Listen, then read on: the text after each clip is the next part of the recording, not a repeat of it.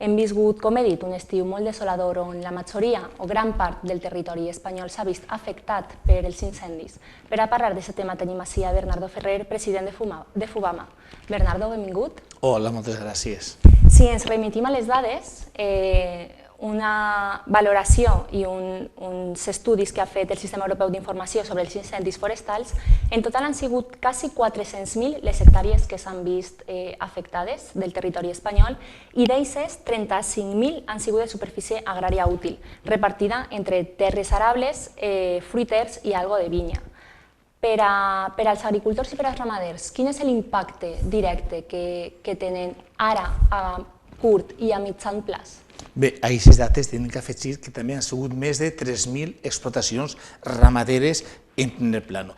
I l'impacte no a llarg plaç, a curt plaç, ja, anem a veure-lo ja, encara que la Terra té una capacitat regenerativa molt important, però no va deixar de ser un detonant per a que aquest món rural, les persones que viuen en totes aquestes àrees, que són molt grans perquè ha afectat a gran part, o podem dir a la major part del territori nacional, va ser un detonant per a la seva fugida. Si fins ara estaven aguantant, estaven en unes zones deprimides perquè no rebien cap tipus d'ajuda i estaven sofrint una falta de relleu generacional, una falta d'èxode cap a altres zones més industrials.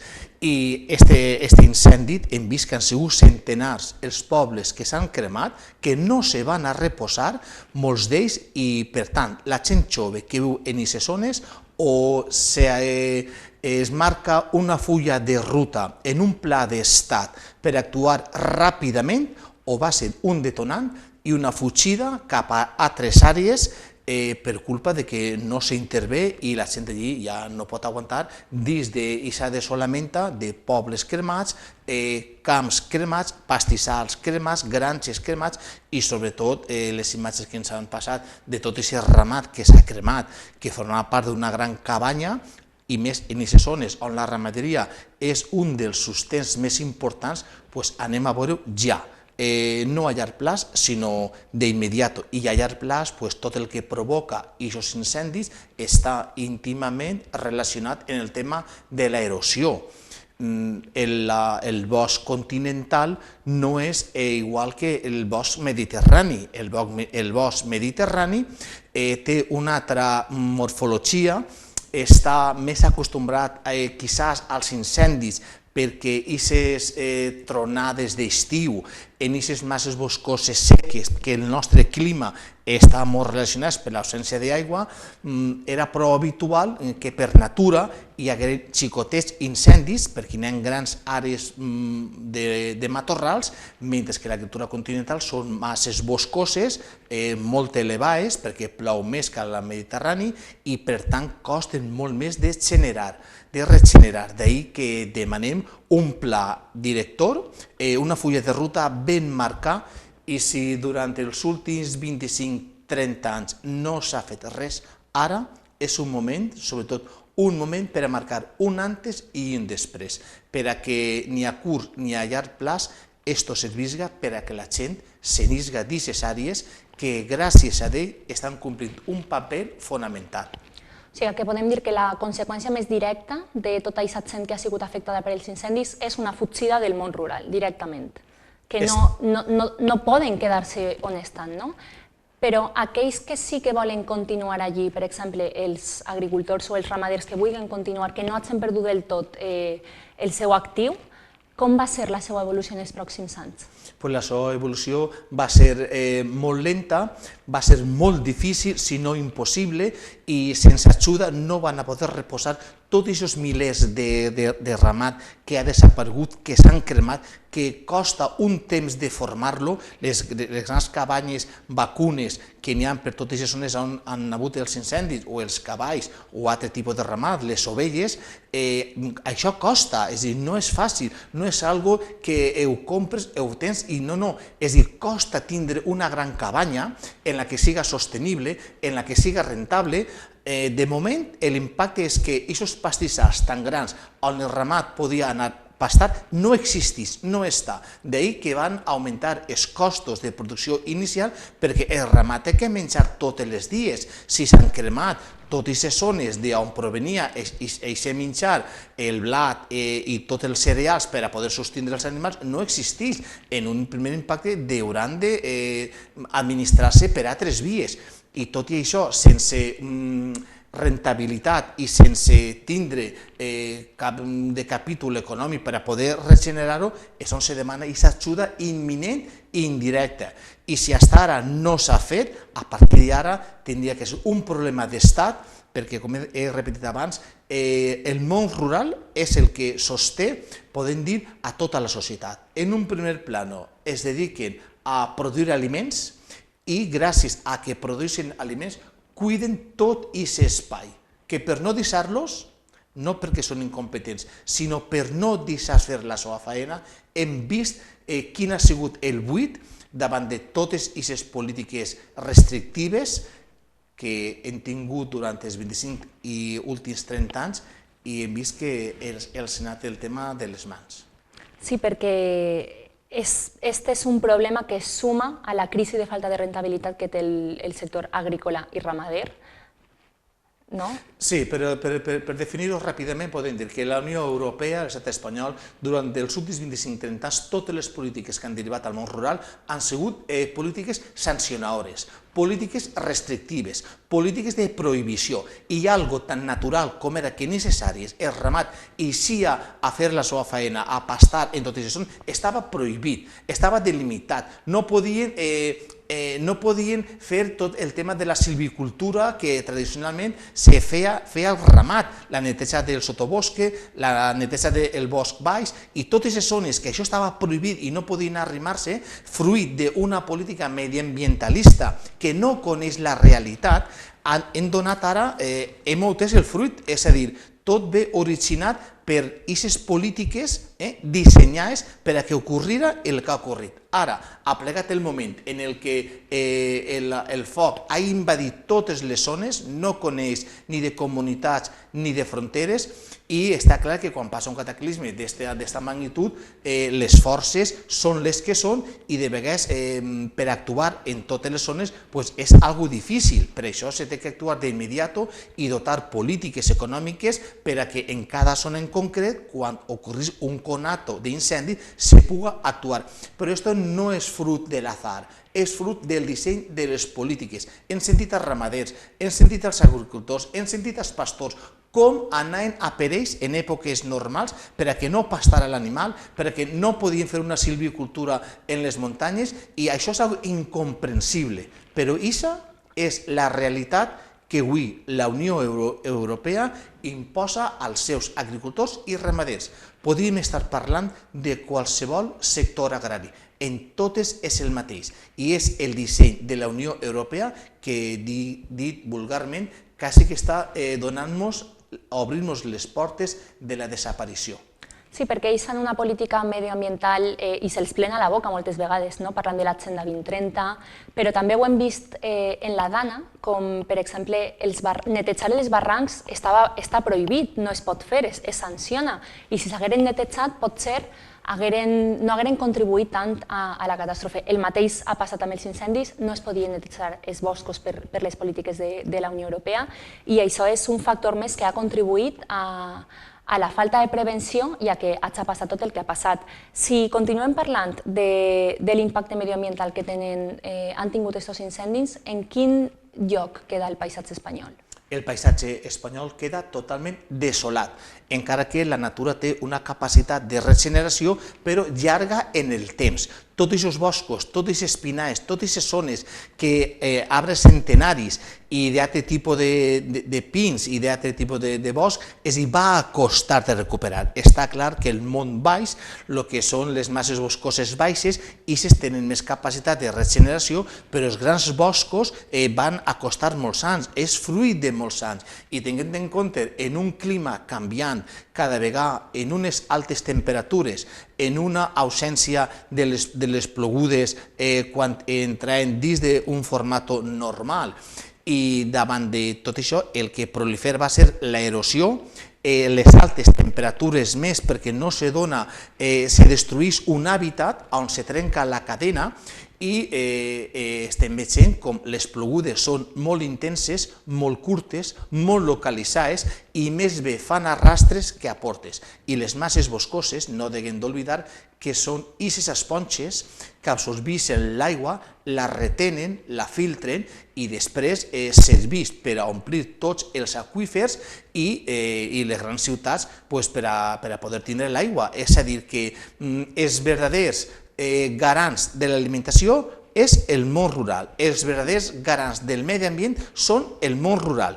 Els que no són garants del món rural són els dissenyadors de saló, medioambientalistes de saló que estan en els grans despatxos, que no coneixen la realitat i el més mal és que tampoc escolten a qui coneix la realitat i dissenyen unes figures, uns formatos d'una visió, d'unes fotografies del passat, volen que es mantinga i a partir d'ahí les conseqüències és la fugida de la gent, imposant prohibicions, imposant sancions i sense tenir en compte de vegades això per un costat, però ja econòmicament tot el lastre que no se'ls ajuda i que l'obligació de normatives i de legislacions que més bé els incrementen els costos, perquè econòmicament ja sabem en quin lloc d'incompetència ens deixa la Unió Europea en tot tipus de sector agrari i ramader en la Unió Europea. I s'ha banda per la Unió Europea, per aquesta banda, polítiques sancionadores que disten molt de voler aconseguir un medi ambient real i que siga sostenible, però per altra banda tenim també el govern espanyol, que, com tu deies en un article, el fuego visible i el que arde en silencio, descriu un altre tipus d'incendi invisible i prolongat, que és l'abandonament polític del món rural. Esta desatenció institucional per part del govern nacional i de les comunitats, creus que ha fet més vulnerable el sector en quant als incendis? Ha sigut el causant. Podríem dir que ha sigut el causant. El foc és molt cridaner, està aquesta gran flama que la veiem i que al temps s'apaga, però aquest altre foc que no es veu, que està cremant-nos durant aquests 25 anys, el resultat és el que tenim. Jo recordo que en els anys 90, en la Unió Europea, per als excedents de la llet, la Comunitat Valenciana va sacrificar el 90% de tota la cabanya vacuna, de totes les granges lleteres. Va ser unes mesures que la Unió Europea va imposar. Ho compte com a un detall.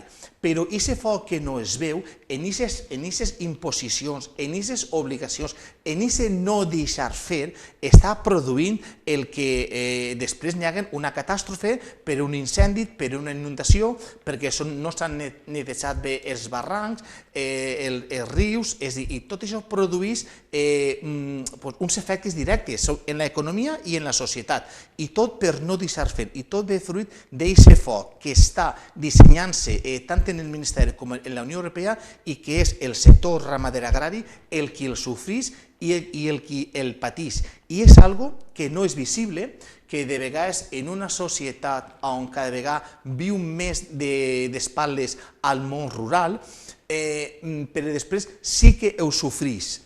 Quan és a aquests entorns i veu tot aquest desastre, o quan veu que la gent jove no vol entrar a un lloc on no se li va oferir una sostenibilitat, un equilibri i sobretot una garantia. Per això en aquest article el foc que no es veu fa tant de mal com el que es veu.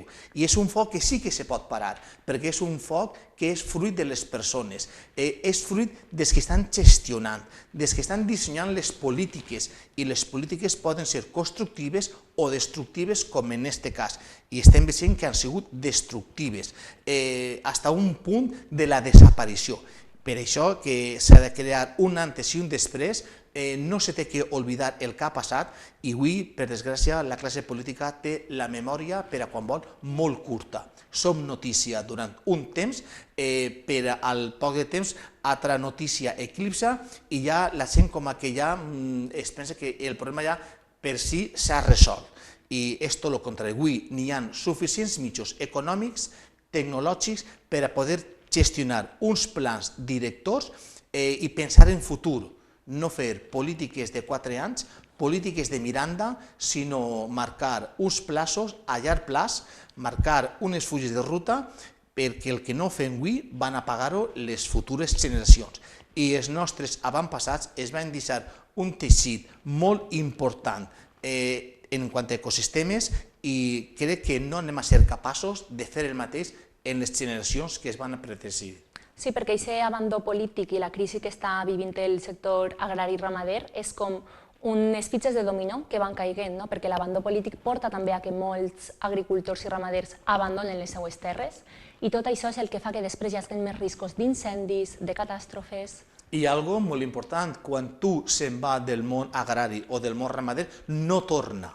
I si ja no torna. En quan sap el que és tindre un mes de vacances, treballar de dilluns a divendres i poder tindre una conciliació familiar, quan ho prova ja no vol saber res. Inclús es pregunta jo què ha fet així.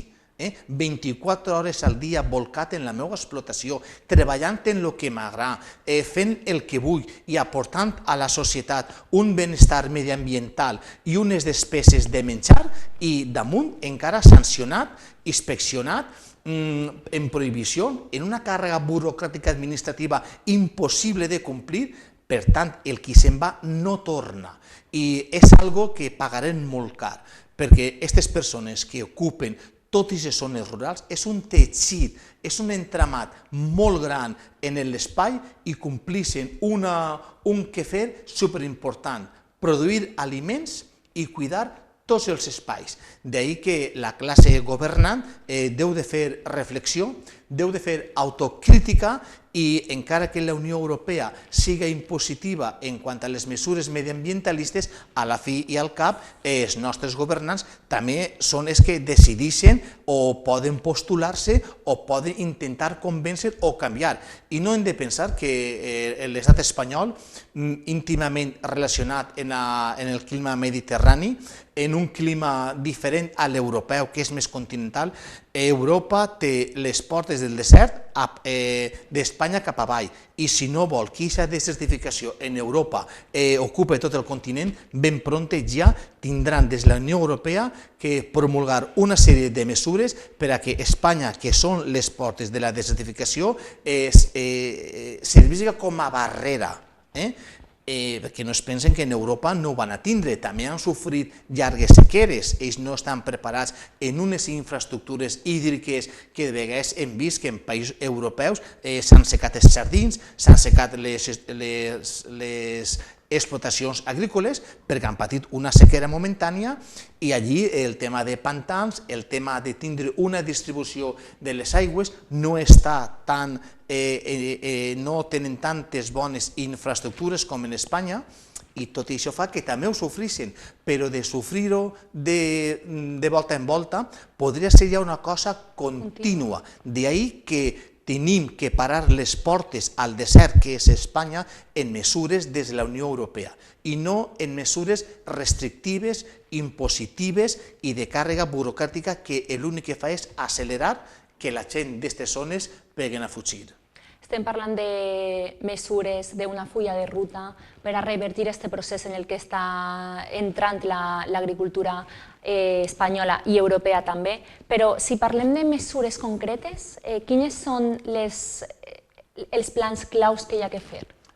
Mesures concretes, per exemple, tot el tema que el ramat va a la muntanya a fer la seva activitat quotidiana, com és poder pasturar i com és menjar, és a dir, no restringir-lo, és a dir, no volen que vagin a aquesta àrea, no volen que passin per l'altra àrea o es marquen unes zones, és a dir, donar llibertat o aquestes càrregues en quant a obligació que la Unió Europea imposa als agricultors, que són majors, que volen que complissin, que per formació, perquè no tenen temps, tot això no ajuda, no facilita, és un engranatge, són mesures directes.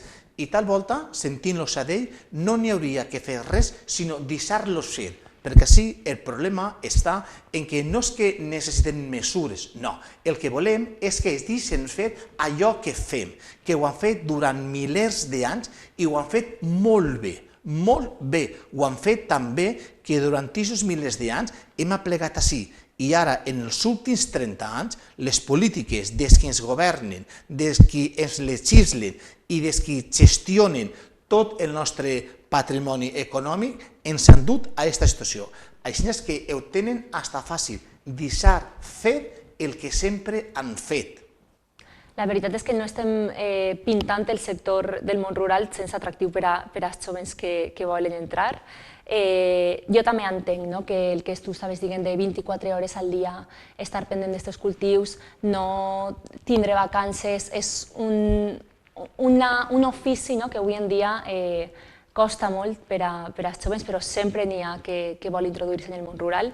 Una de les coses que també, i parlant precisament del rellotge generacional, una de les coses que m'ha cridat molt de l'article és que menciones el tema de la seguretat alimentària i dius que no tenir seguretat alimentària avui és hipotecar el futur de les noves generacions, perquè dependre de l'aliment de fora pot arribar a ser molt perillós. La Unió Europea té una formació de països, els originaris que formen la Unió Europea, que són els que tenen la tecnologia, els que tenen tota l'agroquímica i els que aquesta tecnologia la venen a tot el món. D'ahí fa que es firmen aquests tractats, aquests convenis, tant en Sud-àfrica com en Mercosur, com en altres països.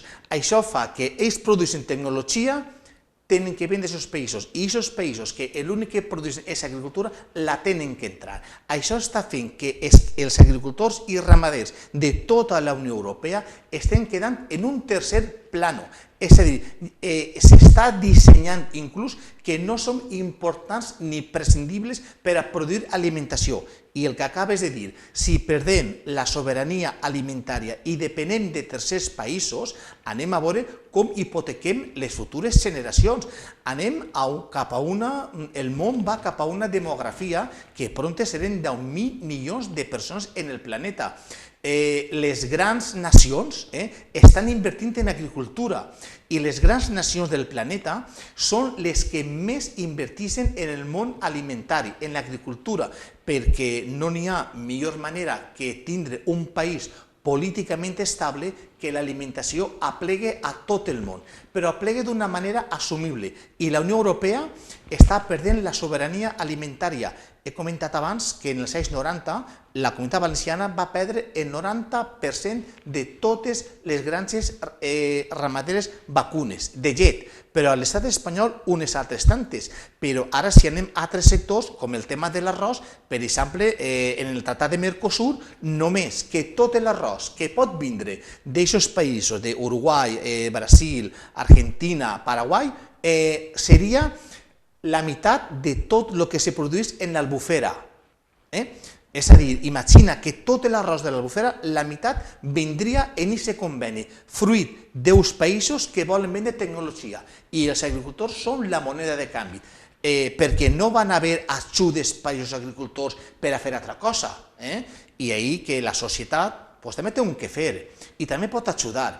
I ja que tant agrada anar a l'Albufera a veure com es pon el sol o a veure allí tot aquest paisatge, a l'hora de comprar també podíem prioritzar comprar els nostres productes front a altres, que això fa que es mantenga la gent produint-los, cultivant-los, i és un cercle que es produeix d'economia tancada per a la qual dona la supervivència. Per això que la sobirania alimentària, que pareix una cosa llunyana, és algo que tenim molt proper i és algo molt perillós. Dependre de la casa del costat per a que tu puguis alimentar els teus és algo perillós.